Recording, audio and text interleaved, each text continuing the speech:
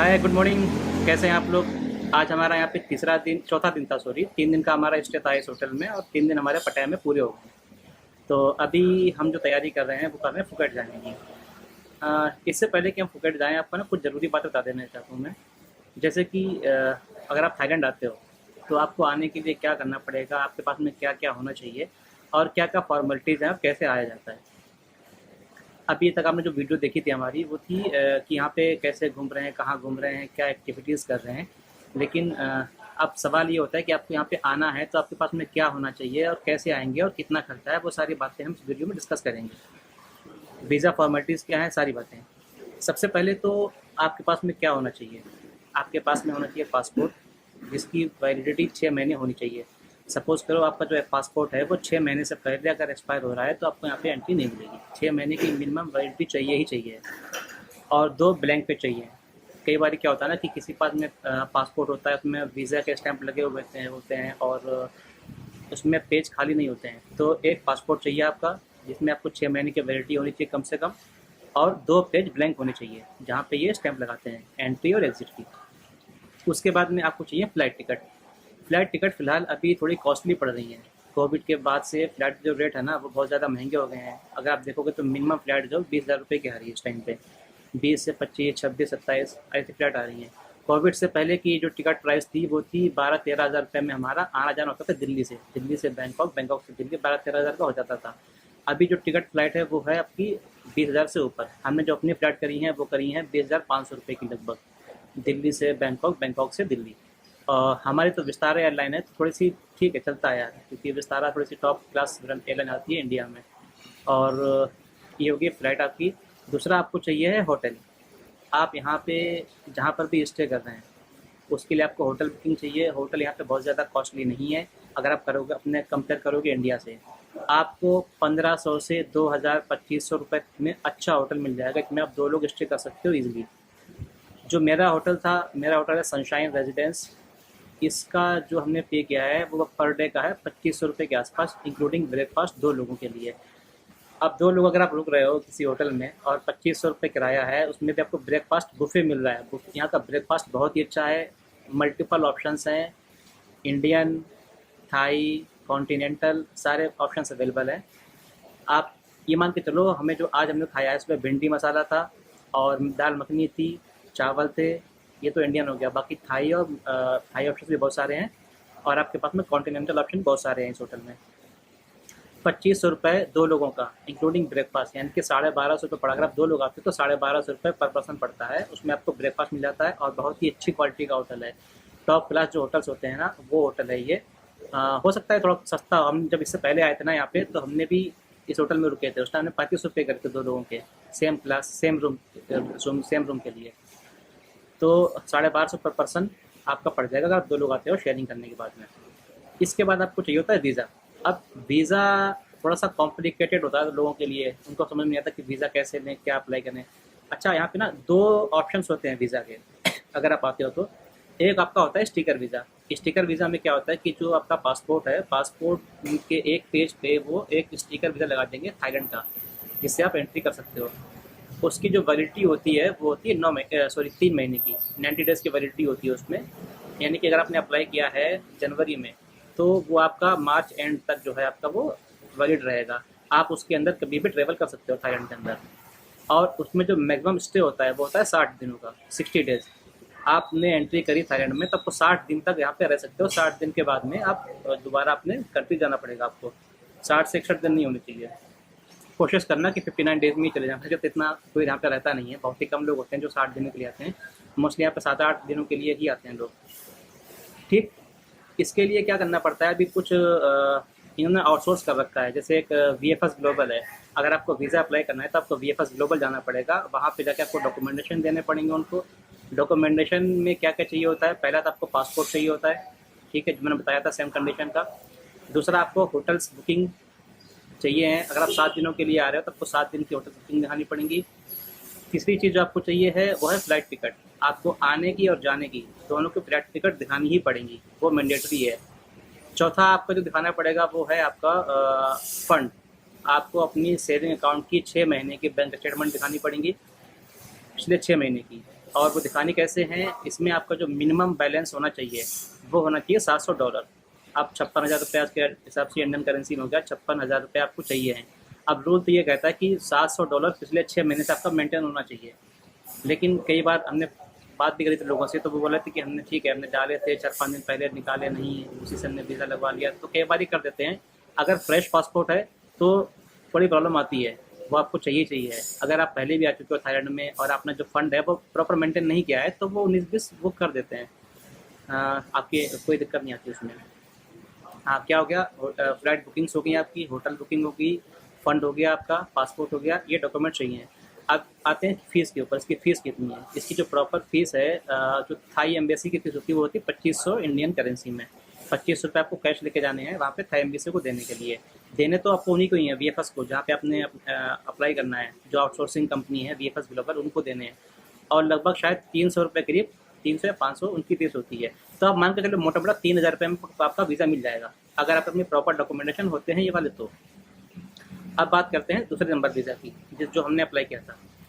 हमने लिया था वीज़ा ऑन अराइवल। बहुत ही इजी प्रोसेस होता है, लेकिन थोड़ा सा कॉस्टली पड़ जाता है। इसमें क्या होता है, वीज़ा ऑन अराइवल में जब आप फ्लाइट पकड़ेंगे दिल्ली से अपनी यहाँ पे आने के लिए, या फिर किसी भी शहर से, जब आप यहाँ पे उतरेंगे यहाँ पे आकर के, तो यहाँ पे काउंटर बने होते हैं वीज़ा ऑन अराइवल के।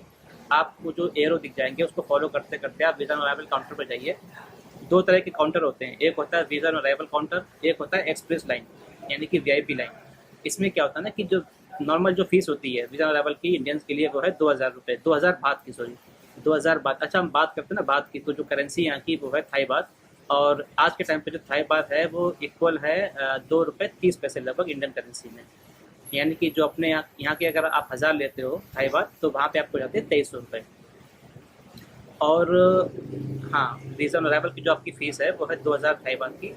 और जो एक्सप्रेस लाइन है, यानी कि जो वीआईपी लाइन है, वहाँ पे आपको 200 बात एक्स्ट्रा पे करने पड़ते हैं। उसका फ़ायदा क्या है मैं बताता हूँ आपको। हमने खुद ही वही लिया था, 200 बात दे दिया हमने।